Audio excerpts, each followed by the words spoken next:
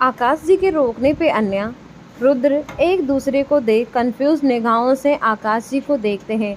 तो आकाश मुस्कुराते हुए आगे बढ़ अन्या के सिर पर हाथ रख बड़े प्यार से कहते हैं, जब पहली बार बहू इस घर में आई थी तो किसी ने भी उसका वैसा स्वागत नहीं किया था जो होना चाहिए।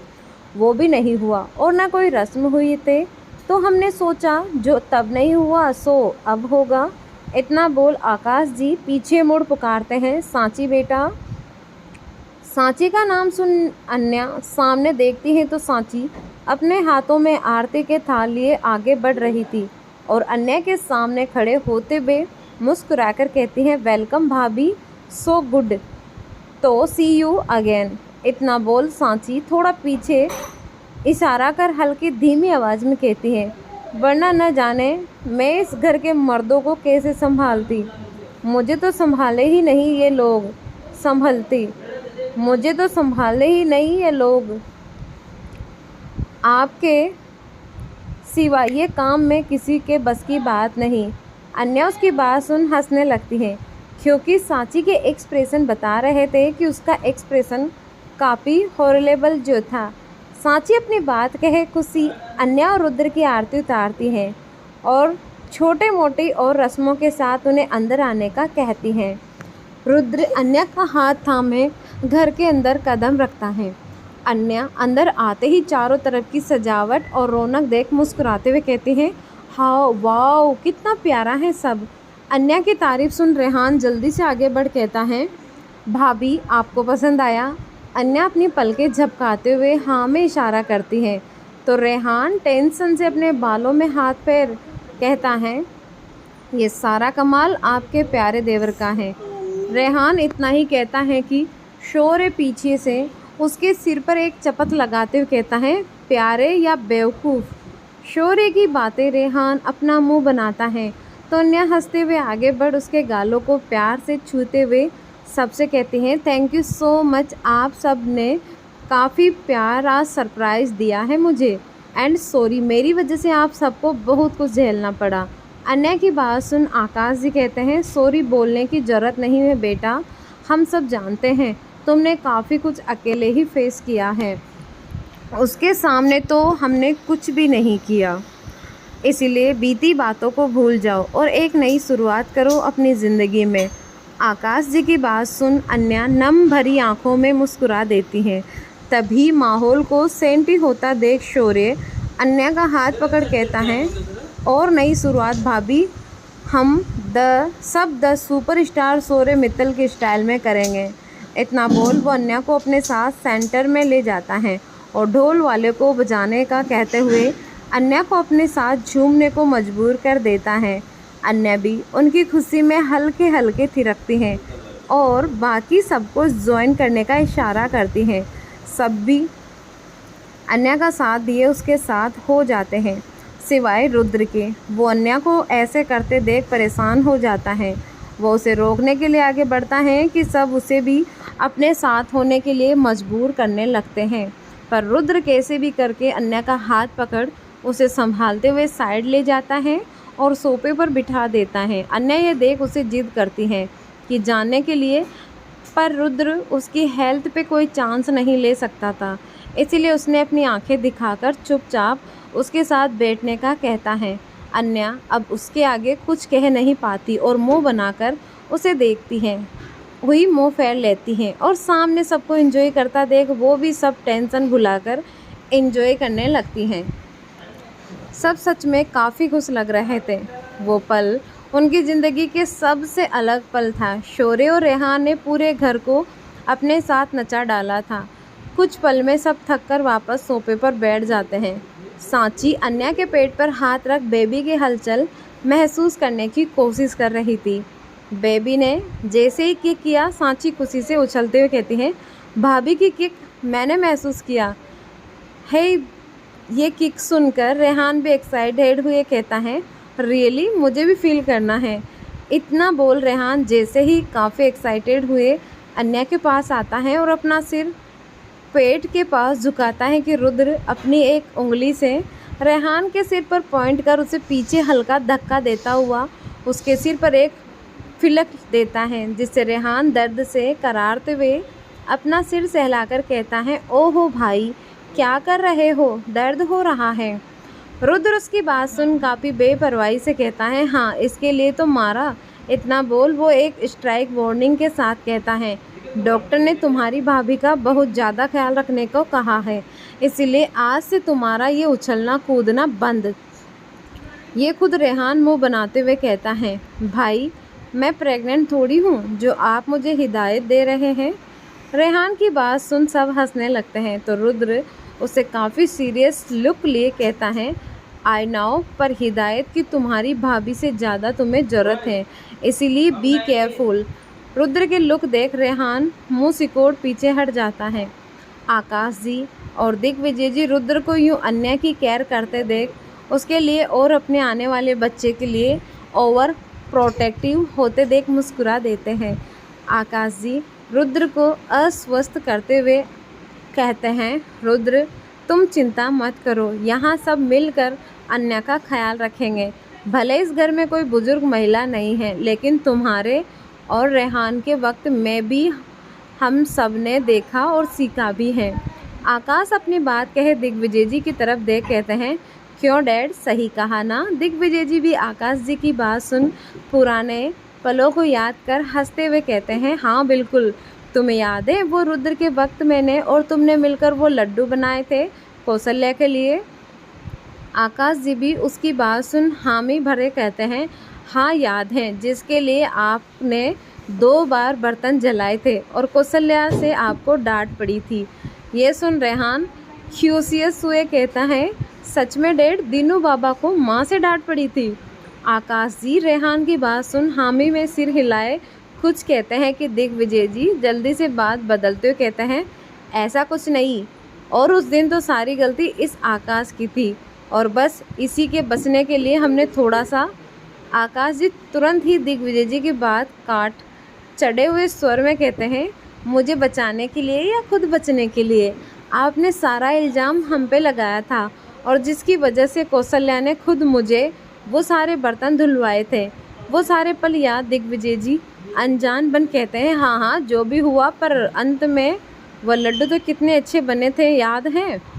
आकाश जी की वो बात याद कर मुस्कुराकर कहते हैं, हाँ याद है, और आपने कौशल्या से छुप कर वो सारे लड्डू खुद खाए थे, ये याद है? ये सुन दिग्विजय जी अपनी चोरी निगाहें साइड कर हंसने लगते हैं। तभी रेहान बीच में टपकते हुए अपने मुंह पे हाथ रख कहता है, वाओ दीनू बाबा, नोटी, मुझे नहीं पता था आप इतने शरारती हो।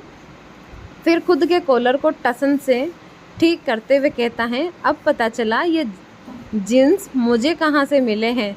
दिग्विजय जी रेहान की बात सुनने पर अपनी छड़ी पर अपने दोनों हाथ टिकाए मुंह बनाकर कहते हैं, तेरे बाप से।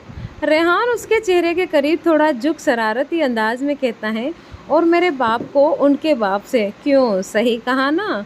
रेहान की बात सुन दिग्विजय जी हल्के से छड़ी उसके पाँव पे चलाते हुए कहते हैं, चलो आकाश, आज हम वो लड्डू आज अपने पोते बहू के लिए भी बनाने का मौका मिला गया है। आकाश जी भी उनकी बात पे हामी भर खड़े होते हैं कि अन्या ये देख उन्हें रोकते हुए कहती हैं, अरे डेढ़ दादाजी, इसकी कोई ज़रूरत नहीं है, आप खामखा तकलीफ़ ले रहे हैं, सर्वेंट है वो बना देंगे, आप बता दीजिए। दिग्विजय जी अन्या की बात सुन ना में सिर हिलाए कहते हैं, नहीं बेटा, भले इस घर में तुम्हें सास का दूल्हा ना मिले, लेकिन तुम्हारे दादा और तुम्हारे ससुर भी कुछ कम नहीं हैं। ये एक स्नेह होता है घर के बुजुर्गों की तरफ से होने वाली माँ और बच्चे के लिए, और वैसे भी जो खुशी तुम हमें दे रही हो उसके आगे तो सारी तकलीफ़ खुशियों में बदल जाती हैं। इसीलिए हम तुम्हारे लिए कुछ करने से कभी नहीं रोकना मत। दिग्विजय जी की बात सुन अन्या कुछ बोल नहीं पाती। दिग्विजय जी और आकाश जी अपनी जगह से उठते हैं जानने के लिए कि तभी दिग्विजय जी अपनी छड़ी से रेहान को टॉन्टेट करते हैं, चलो रेहान, तुम आज हमारी मदद करो। ये सुन रेहान एक कंफ्यूज और शॉकिंग एक्सप्रेशन लिए खुद पे उंगली पॉइंट करते हुए कहता है, दादाजी मैं मदद, वो भी किचन में? दिग्विजय जी हाँ में सिर हिलाते हुए कहते हैं, और नहीं तो क्या नालायक, बनने बैठने से अच्छा है आज कुछ सीख जाओ। रेहान उनकी बात सुन खड़े होते हुए कहता है, जाऊं पर क्यों, मुझे हलवाई थोड़ी बनना है जो सीखूं, कुछ सीख लड्डू बनाने। दिग्विजय जी उसकी बात सुन उसे अपनी आंखें चढ़ाए घूरते हैं तो आकाश जी हंसते हुए रेहान के कंधे पर हाथ रख कहते हैं, डैड का ये मतलब नहीं था रेहान, वो बस कह रहे थे कि तुम अब सीखो, फ्यूचर में शायद तुम्हें काम आ जाए। इतना बोलते हुए आकाश जी आंखों के इशारों से सांची की तरफ करते हैं, जिसे देख रेहान थोड़ा झुककर सांची को देखता है। वो उसकी बातों का मतलब पहले ही समझ चुकी थी और शर्म से अपना मुंह नीचे किए हुए थी। सांची का शर्मा हुआ चेहरा देख रेहान भी खुश होते हुए जड़ से मान करता है और मान जाता है और कहता है ठीक है। फिर आगे बढ़ दिग्विजय जी के कंधे पर हाथ रख कहते हैं, वैसे दीनू बाबा आप चाहो तो ये लड्डू डबल डबल बना सकते हो, वो क्या है ना, मैं नहीं चाहता कि आप बार बार इतनी मेहनत करो। रेहान अपनी बात कहे काफ़ी क्यूट फेस बनाए उन्हें देखता है। दिग्विजय जी की काफ़ी अच्छे से रेहान का मतलब समझे थे। रेहान को कितनी जल्दी अपनी शादी के लड्डू बनने से थी भी क्या खाने की भी। दिग्विजय जी सीरियस एक्सप्रेशन लिए रेहान पे छड़ी उठाते हैं कि रेहान जल्दी से आकाश जी के पीछे छुप जाता है। ये सब देख हंसने लगते हैं। वो तीनों बढ़ते ही हैं कि अभय भी खड़े होते हुए कहता है, चले मैं भी आज आप तीनों की मदद करता हूँ। इतना बोल अभय आगे बढ़ता है कि दिग्विजय जी उसे रोकते हुए कहते हैं, नहीं उसकी कोई ज़रूरत नहीं है, पहले इस लड्डू को बनने की वजह तो खोज लो तुम दोनों। सच में मेरे कहने को 5-5 पोते हैं, लेकिन सब एक से बढ़कर एक नालायक है। एक की शादी के लिए मनाते मनाते मेरी आधी उम्र निकल गई और दूसरा तो बिन बोले सारी प्लानिंग पहले से ही कर बैठा था। और बचे तुम तीनों, तब इसकी तो अभी पढ़ाई चल रही है तो उसमें वक्त है, लेकिन तुम दोनों का क्या, आज तक कोई गर्लफ्रेंड तक नहीं बनाया। ये सुन सोरे तबाक से कहता है, अरे दादाजी ऐसा मत बोलो, मेरी लिस्ट तो आपके पास ऑलरेडी है। ये सुन दिग्विजय जी सोरे को घूरते हुए कहते हैं, हाँ वो कटी चटी लिस्ट जिसमें कौन क्या कैसे है कुछ पता नहीं, उनमें से कोई भी तुम्हारे लायक नहीं, कोई 5 की तो कोई 1 दिन की मेहमान बनी फिरती हैं, ये बिल्कुल नहीं चलेगा। अब तुम दोनों भी अपने लिए कोई ढूंढना होगा, वरना मैं खुद तुम्हारी शादी किसी से भी करवा दूंगा, याद रखना। इतना बोल दिग्विजय जी अपनी छड़ी घुमाए वहाँ से चले जाते हैं। आकाश जी उनके पीछे जाते हैं तो जाते जाते रेहान तबीस का कॉलर पकड़ उसे अपने साथ ले जाते हुए कहता है, चल भाई लड्डू बनाते हैं, शादी के लड्डू का तो पता नहीं कब मेरी किस्मत में आएगा, तो अब तक इसी लड्डू से काम चला लेते हैं। तबीस अपने कॉलर छुड़ाते हुए कहता है, रेहान मेरे पास वक्त नहीं है और मेरा वक्त भी नहीं आया है इस लड्डू को बनाने का, छोड़ मुझे। रेहान हंसते हुए कहता है, तू भूल रहा है तेरा वक्त आया था, पर तू लड्डू बनाने की जगह माय बेबी, ओहो बेबी, आहा बेबी बना खुद बेबी कैंप में जो था। ये सुन तबीस गुस्से में रेहान को मारने दौड़ता है। वहीं सबके जाने के बाद शौर्य अपना सिर खुजलाते हुए कहता है, यार ऐसा क्यों लग रहा था, ये सेम डायलॉग धमकी हमने पहले भी कहीं सुना है पर खुद के लिए नहीं। शौर्य की बात सुन अभय एक नज़र उसे देखता है, फिर अचानक ही तीनों अन्य अभय शौर्य एक साथ रुद्र को देखते हैं। रुद्र काफ़ी बेपरवाही से वहीं बैठा था, पर जितना बेपरवाह वो बाहर से उतनी ही गहराई में अपने मन में लिए कुछ सोच रहा था। रुद्र और अन्या का कमरा। काफ़ी देर सबके साथ बाहर बैठने के बाद रुद्र अन्या को अपने कमरे में ले जाता है। अपने कमरे को देख अन्या की जैसी थकान सब कुछ ही मिनटों में मिट सी जाती है। इस कमरे से उसकी और रुद्र की बहुत सारी यादें जो जुड़ी थी। वो सुकून से अपने पेट पर हाथ रख चारों तरफ देख रही थी कि तभी रुद्र पीछे से आते हुए अन्या को अपनी बाहों में भर उसके कंधे पे अपना सिर टिकाए उसके गालों को चूमते हुए कहता है, क्या देख रही हो wifey.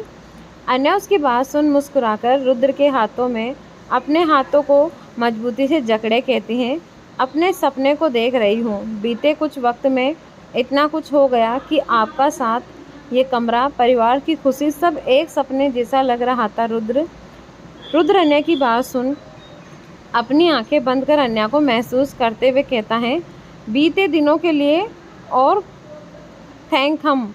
I am sorry wifey, you आने वाले पलों के लिए। तुम्हारे बिना अब मैं खुद को इमेजिन भी नहीं कर सकता।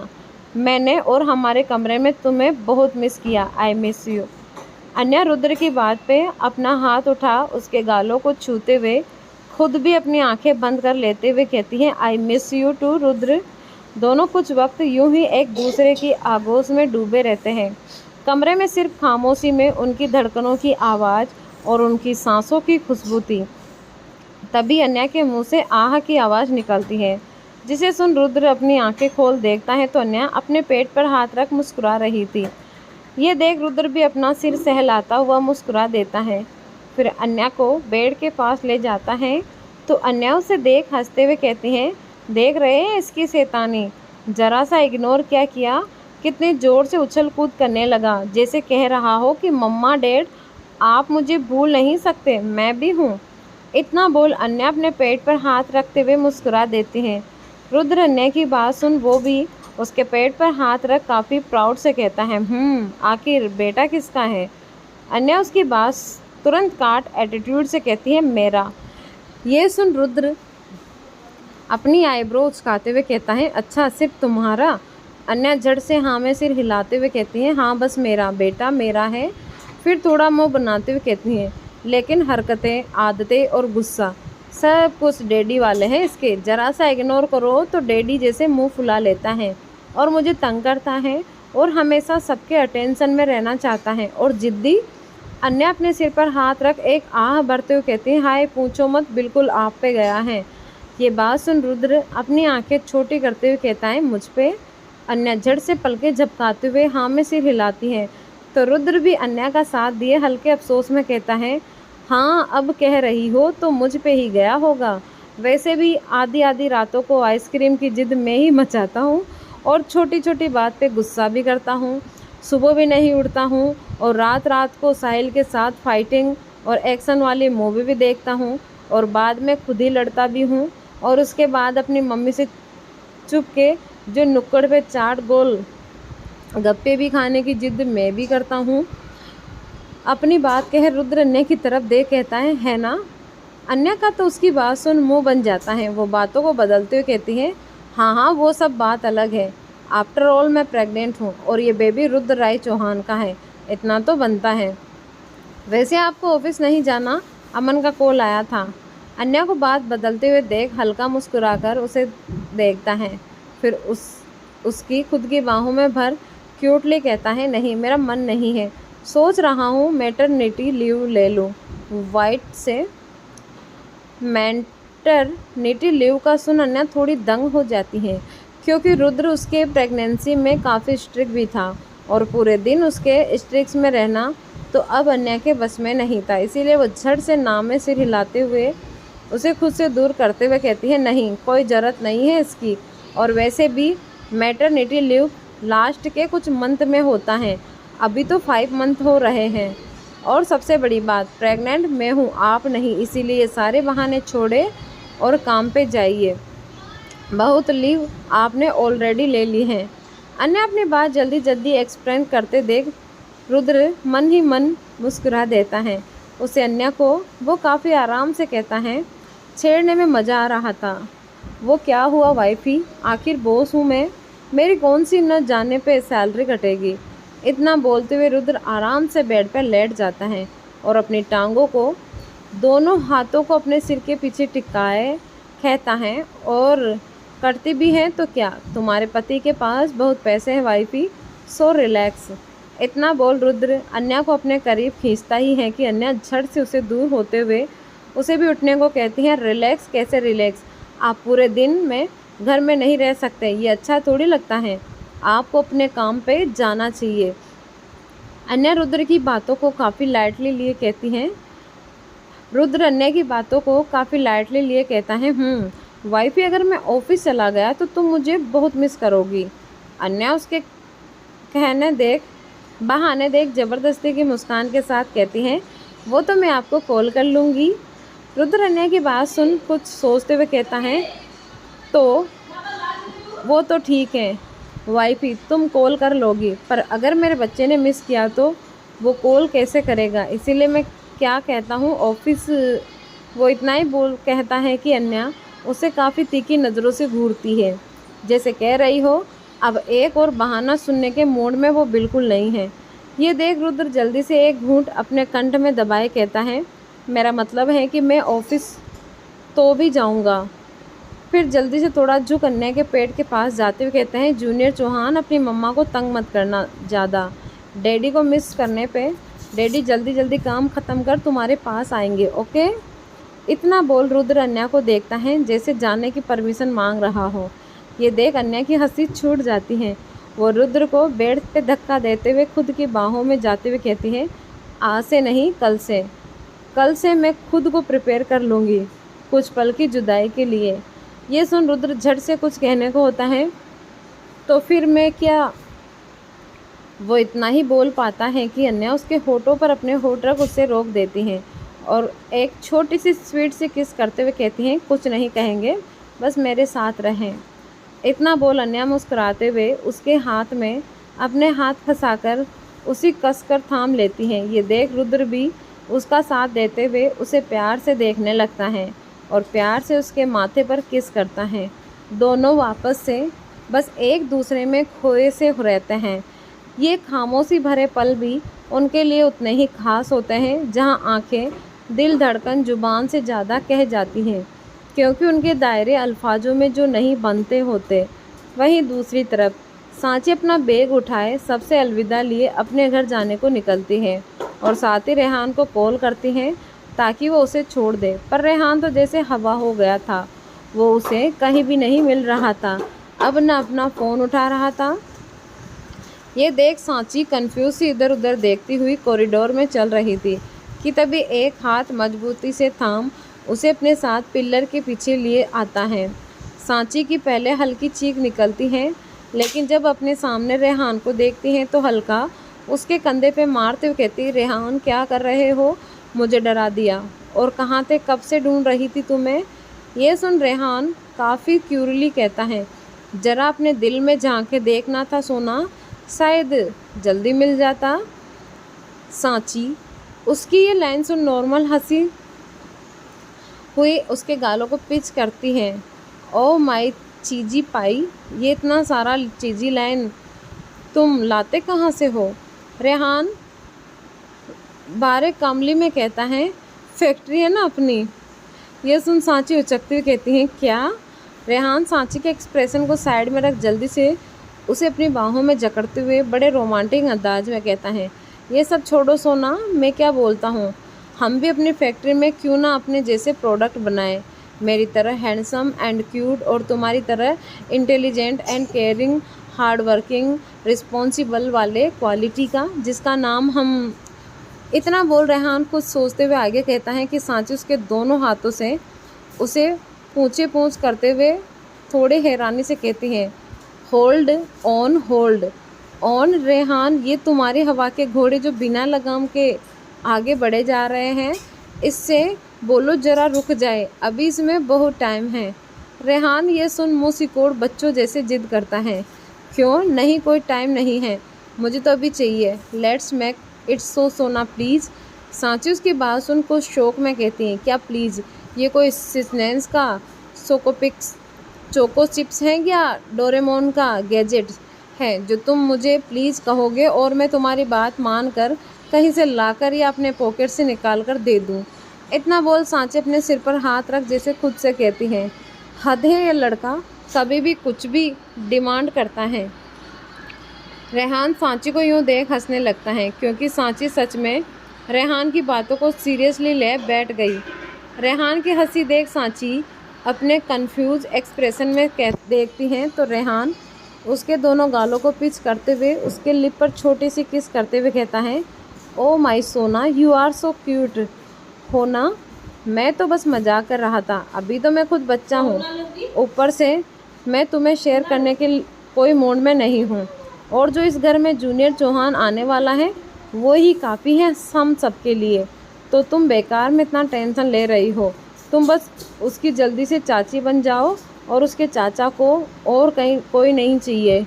रेहान की बात सुन पहले तो सांची को गुस्सा आता है, लेकिन फिर खुद को मुस्कुरा बिना नहीं रह पाती।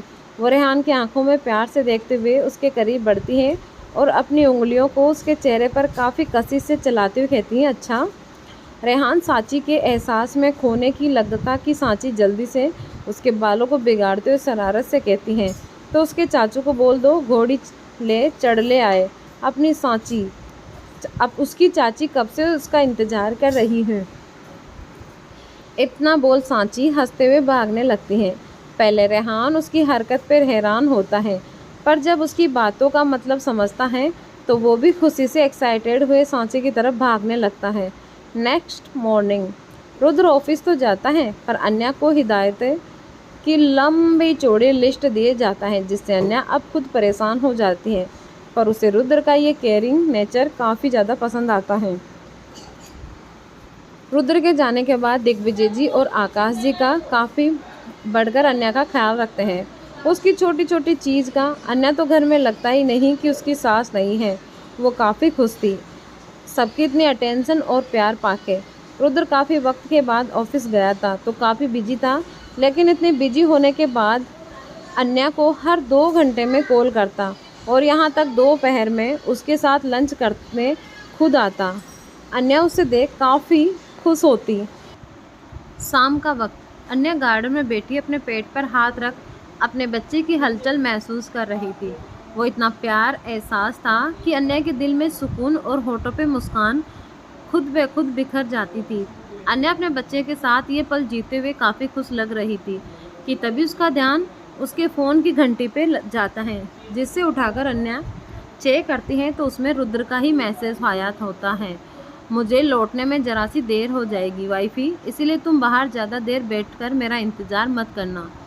अपने कमरे में जाकर चुपचाप आराम करना और जूस पी लेना बिना नखरे किए। Okay bye, good night and good mamma न told my junior Chauhan daddy miss him. Anya Rudra का मैसेज पढ़ती है कि तभी एक नौकर उसके लिए जूस का गिलास रख जाता है। ये देख अन्या अपना फ़ोन साइड रख मुस्कुराते हुए अपने पेट पर हाथ रख कहती हैं, देख रहे हो बेबी, आपके डैडी हम दोनों की कितनी चिंता है। इतने बिजी होने के बाद भी हमारे लिए वक्त निकाल लेते हैं और हमारा ख्याल रखते हैं। अन्या अपने बेबी से बात ही कर रही थी कि तभी पीछे से आवाज़ आती है, पर हमारा ख्याल कोई नहीं रखता भाभी। ये आवाज़ सुन अन्या पलट कर देखती हैं तो पीछे शौर्य खड़ा होता है।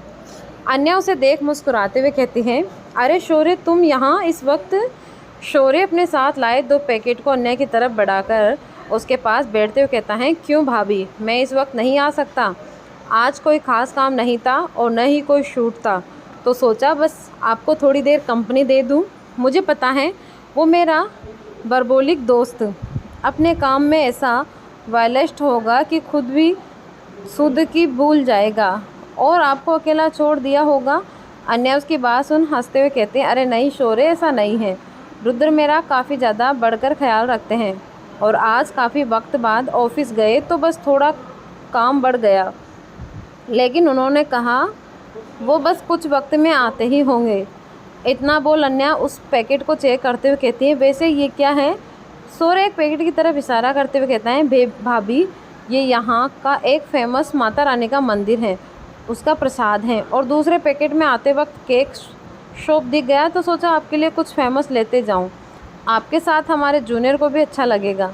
अन्या उसकी बात सुन प्रसाद वाले पैकेट को खोल उसमें से प्रसाद माथे से लगाए खाते हुए कहती है, वैसे तुम मंदिर गए थे, मुझे नहीं पता था द फेमस सुपरस्टार शौर्य मित्तल मंदिर भी जाता है। अन्या की बात सुन शौर्य कुछ झेप सा गया था। वो अपना सिर सहलाते हुए एक ज़बरदस्ती की हंसी हंसते हुए कहता है, अरे नहीं भाभी, मैं मंदिर गया कहाँ था, वो तो बस मेरे मैनेजर ने मुझे ला कर दिया, वो गया था बस। अन्या प्रसाद खाते हुए शौर्य की हरकतों को नोटिस करते हुए कहती हैं, मैनेजर ठीक है, तब मैनेजर से कहना थैंक यू फॉर प्रसाद। वैसे अगर वो हलवा वाला प्रसाद होता तो मज़ा आ जाता, सुना है वो बहुत टेस्टी होता है। अन्या की बात सुन शौर्य झट से कहता है, पहले पता होता भाभी, मैं आपके लिए वही लेकर आता। अन्या उसकी बात सुन अपने आईब्रो उचकाकर एक बड़ी मुस्कान के साथ देखती हैं तो शौर्य को अपनी बातों ही बातों पे रियलाइज होता है कि उसने क्या बोल दिया। वो जड़ से हल्की सी अपनी जीभ दबाते हुए कहता है, आई एम अपने मैनेजर से कहता। अन्या उसकी बात सुन कहती हैं, कोई नहीं, नेक्स्ट टाइम लेते आना, आई मीन अपने मैनेजर को कह देना। शौर्य समझ जाता है अन्या उसकी चोरी पकड़ चुकी हैं, तो वो खुद में मुस्कुराते हुए अपना सिर नीचे कर गहराई से कहता है, आप वापस आ गई मेरे लिए, मेरे यार की ज़िंदगी में बस यही इसी बार का शुक्रिया अदा करने गया था। अन्या उसकी बात सुन बड़े गौर से उसे देखते हुए कहती हैं, और हमें ऐसी शुक्रिया करने का कब मौका मिलेगा जनाब, हमने और अबे तो जैसे आजीवन संन्यास लेना फैसला होगा तुम दोनों का। संन्यास शब्द सुन शौर्य अपना हाथ आगे ना में सिर हिलाए झट से कहता है, संन्यास नो नो भाभी नहीं, लेकिन ऐसा मेरा कोई इरादा नहीं है, बावर्ची का पता नहीं मुझे। शौर्य अपनी बात कहते हुए स्टाइल से अपने बालों पे हाथ फेर कहता है, और अगर ऐसा हुआ तो दुनिया जहां अभी लड़कियों का क्या होगा जो बस शौर्य मित्तल की एक झलक में अपनी आहें भरती हैं। शौर्य अपनी बातों में अदाओं के साथ अपने दिल पे हाथ रख लड़कियों की तरफ आहें भरता है तो अन्या उसकी नौटंकी देख खिलखिलाकर हंस देती हैं। शौर्य भी अन्या को हंसते हुए देख वो भी साथ में खुद की बातों और हरकतों पे हंस देता है। अन्या खुद को काबू करते हुए कहती है, कॉमन शौर्य, मैं दुनिया जहां लड़कियों की बात नहीं कर रही हूँ, मैं बस उस लड़की की बात कर रही हूँ जो तुम्हें द फेमस स्टार शौर्य मित्तल नहीं बल्कि सिर्फ शौर्य को जाने, तुम्हारे इस बाहरी पहचान को नहीं बल्कि अंदर को पहचाने। अन्या की बात सुन शौर्य के जहन में न चाहते हुए वो दो आंखें आने लगी जिसे वो इस हॉस्पिटल में टकराया था, और बिना उसकी पहचान जाने उसने उसकी मदद की। मुलाकात भले ही अधूरी थी, लेकिन न जाने क्यों शौर्य के दिल को वो मुलाकात यूँ छप गई। उसके निशानों के तौर पे उसने अब तक उस कैप और मास्क को संभाल कर रखा था। शौर्य इन्हीं बातों में खोया था कि उसके कानों में अन्या की आवाज़ पड़ती है, क्या हुआ शौर्य, कहाँ खो गए, कहीं कोई मिल तो नहीं गई वो कोई खास। शौर्य ने की बात सुन अपने सिर को झटकते हुए कहता है, अरे नहीं भाभी, ऐसा कुछ नहीं है, बस आपकी बातों में यूँ जादू था कि मैंने न चाहते हुए कल्पना सा करने लगा। वैसे ऐसी लड़की सिर्फ किताबों और कहानियों या किसी सरफिरे आशिक की कविताओं में होती हैं, रियल लाइफ में आज तक मुझे मिली ही नहीं। इतना बोल शौर्य अपनी आंखों के ऊपर हाथ रख इधर उधर ढूंढते जैसे नाटक करते हुए कहता है, ओहो, मैंने तो कितना इधर उधर ढूंढा है, देखे मिलती ही नहीं, अगर आपको मिले तो मुझे व्हाट्सअप कर देना। अन्या उसकी नौटंकी सुन समझ जाती है ये लड़का समझने से रहा। वो हल्का मुस्कुराकर बस अपना सिर हल्के से हिला देती है। तभी पीछे से रेहान आते हुए कहता है, ओहो भाभी, आप यहाँ हो, मैं कब से आपको ढूंढ रहा था। इतना बोलते हुए वो अन्या के पास आकर बैठता है तो अन्या सवालिया निगाहों से उसे देखते हुए कहती हैं, क्या हुआ रेहान, तुम मुझे क्यों ढूंढ रहे थे। रेहान बच्चों जैसा मुंह बनाते हुए कहता है, आपसे शिकायत करने। अन्या उसकी बात सुन उचकते हुए उसे देखती हैं तो रेहान आगे कहता है, आपको उस देवर की पड़ी है जिसका कुछ नहीं हो सकता, और जिसका हो रहा है उसकी गाड़ी आगे ही नहीं बढ़ रही है। इतना बोल रेहान रोने का नाटक करने लगता है और कहता है, तो अन्या कंफ्यूज सी उसे देखते हुए परेशान सी कहती हैं, अरे रेहान, तुम क्या कर रहे हो, मुझे कुछ समझ नहीं आ रहा है, क्या हुआ है, कुछ तो बताओ सही सही। लेकिन रेहान कुछ नहीं कहता, बस रोने का नाटक करना जारी रखता है। तो शौर्य उसकी नौटंकी समझ उसके कान मरोड़ते हुए कहता है, नौटंकी मेरी जगह लेना चाहता है तू, पर अभी भी मुझे कोसों दूर है एक्टिंग में। शौर्य के कान मोड़ने से रेहान अपने झूठ रोने को बंद कर अपना कान छुड़ाते हुए कहता है, आहा भाई, क्या कर रहे हो, दर्द हो रहा है, अगर मेरे कान को कुछ हुआ तो मेरी शादी कैसे होगी, अभी तो वो भी नहीं हुई है। अन्या जब रेहान की नौटंकी का पता चलता है तो वो उसकी बाजू पर मारते हुए कहती है, रेहान ये क्या है, मैं डर गई थी ना, ऐसे कोई मजाक करता है। रेहान शौर्य से अपना कान छुड़ाकर अन्या की बात सुन उसके पाँवों के पास बैठ क्यूट बनते हुए कहता है, आह सॉरी भाभी, अगर मैं मजाक नहीं करता तो आप मुझ पे ध्यान कैसे देती, मेरी शादी पे। इतना बोलते हुए रेहान शौर्य की तरफ एक लुक दिए कहता है, जिनका इरादा नहीं आप उन्हें समझा रही हो, और जिनका इरादा मन दिमाग, जिस सांस दिल धड़कन रूह सब कुछ है, उसके बारे में तो सोच भी नहीं रही हो। मैं क्या बोलता हूँ, आप अपने इस देवर की भी नैया पार लगा दो ना। रेहान अपनी बात कहते हुए काफ़ी क्यूट बने अन्या के पाँव को होले होले दबाने लगता है। अन्य शौर्य उसकी शादी के लिए बेताब और बटरनिंग देख हंसने लगते हैं। शौर्य रेहान के सिर पर एक चपात लगाते हुए कहता है, शर्म कर रेहान, कौन अपनी ही शादी के लिए ऐसे करता है। रेहान शौर्य की बात सुन अपने दांत दिखाते हुए कहता है, जिसकी गर्लफ्रेंड होती है ब्रो। शौर्य का उसकी बात सुन मुंह बन जाता है, क्योंकि रेहान सारे आम उसका मजाक उड़ा रहा था। शौर्य जल्दी से कहता है, हाँ तो जिसकी होती होगी वो करे, मेरी तो इतनी है कि अगर मैंने किया तो मैं कहीं किसन कन्हैया को पीछे न छोड़ दूँ। रेहान शौर्य की बात सुने एक क्यूट वाले अंदाज में कहता है, वो सब तो ठीक है ब्रो, लेकिन इस वक्त जो आपके पीछे पड़ा है उससे आप चाह कर भी नहीं पीछा छुड़ा सकते। रेहान की बातों का मतलब शौर्य समझ पाता उससे पहले ही उसके कानों में रुद्र की काफ़ी कड़क आवाज़ पड़ती है। शौर्य, उसकी आवाज़ में जो गुस्से के कंपन थे उसे सुन शौर्य के बैठे बैठे पसीने छूटने लगते हैं। अन्या रुद्र की आवाज़ सुन वो भी पलट कर देखती है तो रुद्र कुछ गुस्से में लग रहा था और शौर्य को घूर रहा था। शौर्य अपने मन में कोसते हुए कहता है, मर गया आज ये शैतान, आज मुझे नहीं छोड़ेगा। रुद्र आगे चलकर सीधा शौर्य के सामने खड़ा होता है। ये देख शौर्य एक डर के घूर लिए ज़बरदस्ती की मुस्कान के साथ उड़ता हुआ रुद्र को देख कहता है, अरे यार तू कब आया, पता ही नहीं चला। वैसे मैं भाभी से सही कह रहा था कि तू जल्दी जल्दी अपना काम ख़त्म कर, उनके पास आएगा इसीलिए वो इंतज़ार करे, है ना भाभी। शौर्य अपनी बात कहते हुए अन्या की तरफ एक सेविंग रिक्वेस्ट वाले लुक देखता है। अन्या को समझ नहीं आता कि आखिर बात क्या हुई है। शौर्य का डरा हुआ चेहरा देख रुद्र का गुस्सा उसे कुछ नहीं समझ नहीं आ रहा था। वो रुद्र की तरफ देख पूछती है, रुद्र क्या बात है, आप गुस्से में क्यों लग रहे हैं। शौर्य अन्य की बात सुन जल्दी मौका बनाए कहता है, वही तो भाभी, आप इसे पूछिए, मैं चलता हूँ, अपना ख्याल रखिएगा। इतना बोल शौर्य खिसकने को होता है कि रुद्र पीछे से उसकी कॉलर पकड़कर कहता है, सारे सवालों के जवाब दोगे, तुम कहाँ चले, आज तुम पहले चलो मेरे साथ। इतना बोलते हुए रुद्र शौर्य को वैसे ही अपने साथ घसीटते हुए अंदर ले जाता है। शौर्य तो रुद्र से खुद को छुड़ाने की कोशिश करता है, पर अफसोस उसकी कोशिश ही रह जाती है। वहीं उन्हें ऐसे जाते देख अन्या परेशान होती है तो वहीं रेहान शौर्य की हालत देख हंस रहा होता है। अन्या उसकी हंसी देख परेशान स्वर में पूछती है, तुम हंस क्यों रहे हो रेहान, तुम्हारी भाई ऐसे शौर्य को क्यों उठाकर ले गए, चलो देखते हैं, मुझे टेंशन हो रही है। अन्या उठने को होती है कि रेहान उन्हें रोकते हुए कहता है, नहीं भाभी रहने दो, उनका मामला है, उन्हें ही निपटने दो, और वैसे भी ये आम बात है शौर्य भाई के लिए, उन्हें तो हर गलती पे भाई ऐसे ही डांट पड़ती है। और अभी अभी जो सेकंड डल के चर्चे में उसकी वजह से शौर्य भाई पे जो मुसीबत आई है उसका तो मुझे सही से आइडिया नहीं, लेकिन इतना पता है कि हम सबको भाई हैं न, वो संभाल लेंगे, वो हमारी लाइफ सेवियर हैं, इसीलिए हम सब उतनी चिंता नहीं करते। रेहान की बात सुन अन्या असमंजस में कहती हैं, पर ये शौर्य ऐसी गलती कर क्या रहा है, आई मीन उसने क्या ज़रूरत है इतने पंगे लेने की, और तो और ये लड़का सुनता भी नहीं है किसी की।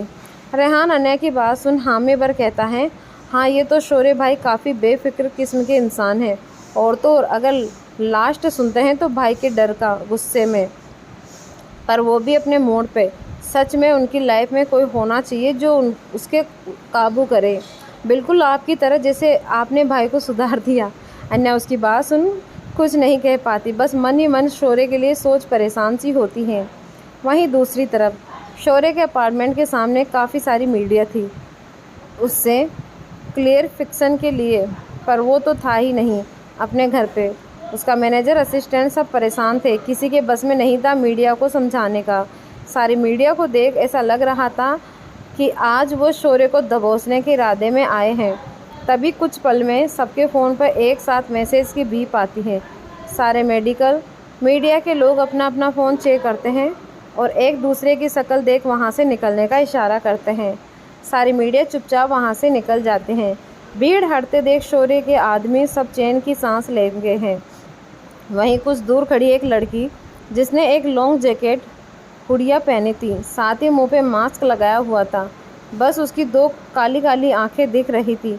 वहीं भीड़ को हटते देख अपना सिर हल्का सा ऊपर कर उस बिल्डिंग को देखते हुए हल्का मुस्कुराती हैं। फिर सबको जाता देख वो भी निकलने लगती हैं कि तभी उसके कानों में कुछ रिपोर्टर्स की बातें पड़ती हैं, जिसमें से एक कह रहा था, तुम्हें पता है ये सारा मामला किसने हैंडल किया है? वही the famous business tycoon Rudraraj Chauhan ने। उसके दम और पावर के आगे मीडिया के नेता लोग कोई कुछ नहीं कर पाता। उससे दूसरी रिपोर्टर कहती हैं, तभी तो शौर्य मित्तल की सारी स्कैंडल पलक झपकते ही सोल्व हो जाती हैं। आखिर इतने बड़े आदमी का दोस्त जो है, सुना है काफ़ी गहरी दोस्ती है उनकी। सब रिपोर्टर्स बातों में सहमति दिलाते हुए तभी एक जूनियर फीमेल रिपोर्टर कहती हैं, वैसे मैंने सुना है कि रुद्रराज चौहान बहुत हैंडसम भी हैं, बिल्कुल एक सेलिब्रिटी के जैसे, और वो बहुत ही अच्छे हैं। लाइव उनके बहुत चैरिटेबल ट्रस्ट भी चलते हैं। सारे रिपोर्टर ये सुन हामी भरते हैं। वहीं वो लड़की की आंखों में जितना शौर्य के नाम सुन चमक था, वहीं रुद्र का जिक्र सुन के आंखों में एक आग सा उतर आया और उसकी मुट्ठियां कस सी गई। वो काफ़ी नफरत से अपने लफ्ज़ों को जैसे पीसते हुए कहती हैं, Rudraraj Chauhan not for happiness. तो दोस्तों, कौन थी ये लड़की, जानेंगे हम अगले भाग में। धन्यवाद।